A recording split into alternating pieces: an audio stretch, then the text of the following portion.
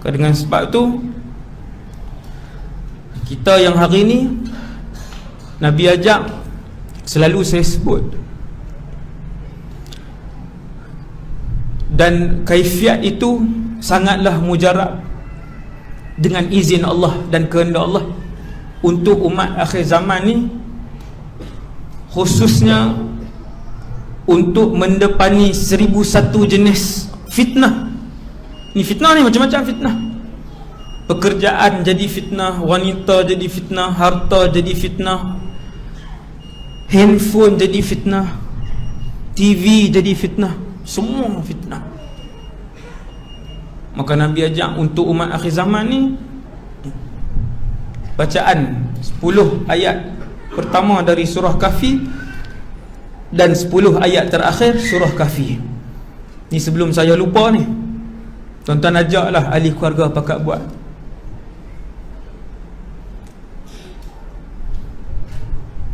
Tiap-tiap kali sebelum mula kuliah,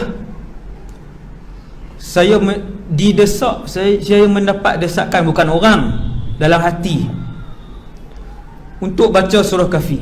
Kan? Baca. Tak tahu, saya pun tak tahu. Desakan, baca bagi umat Nabi Muhammad pakat buat. Dan dia sangat mujarab, kerana surah Kahfi, tuan-tuan, daripada 114 surah yang diturunkan oleh Allah, surah Kahfi ini diturunkan khas oleh Allah untuk menjadi perisai ampuh kepada umat Nabi Muhammad daripada diserang segala jenis fitnah, dan juga fitnah yang paling besar, iaitu fitnah Dajjal. Tapi kena amal dua-dua tempat, dia baru kuat. Dia kalau tuan-tuan amal 10 ayat pertama je, dia jadi macam tak cukup. Benteng tu jadi macam separuh benteng, tapi dia separuh je. Tuan-tuan gabung dengan 10 terakhir, dia jadi lengkap ke belakang, insya-Allah. Ayat 1 hingga ayat 10, ayat 101 hingga ayat 110. Duduk dengan ahli keluarga dalam rumah, pasang. Tuan-tuan buka lah YouTube, ada dibaca oleh ramai orang, 1 hingga 10 dan 101 hingga 110. Allah SWT jaga, insya-Allah, dari segala fitnah yang pelbagai. Kemudian Nabi sebut, kita tuan, kita ni, meja ni, panjang meja ni Rasulullah hidup zaman ni. Kemudian yang ni zaman kita. Kiamat akan berlaku zaman ni. Tanda nak tahu kiamat bila, Rasulullah pun tak tahu, Jibril pun tak tahu, tak ada jawapan. Jelas Nabi jawab jelas.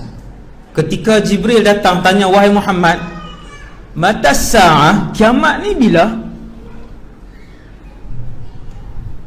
Nabi kata, mal mas'ulu anha bi'a'lama minas sa'il. Nabi jawab kepada Jibril yang ketika itu sedang berupa dan menjelma dengan rupa manusia, dan dihadiri oleh sahabat-sahabat, antaranya Sayyidina Umar. Nabi jawab kepada Jibril, orang yang bertanya pun tak tahu, orang yang ditanya pun tak tahu jawapan tu. Siapa tuan-tuan? Ketua segala Nabi dan Rasul tak tahu bila kiamat, ketua segala malaikat tidak tahu bila kiamat. Tadi tuan-tuan kata ada Tok Wali tahu, Ustaz. Lah, ni kita sebut ni, ketua Nabi dan Rasul, ketua para malaikat. Mal mas'ulu anha bi'a'lama minas sa'il. Nabi kata, engkau pun tak tahu, aku pun tak tahu bila kiamat.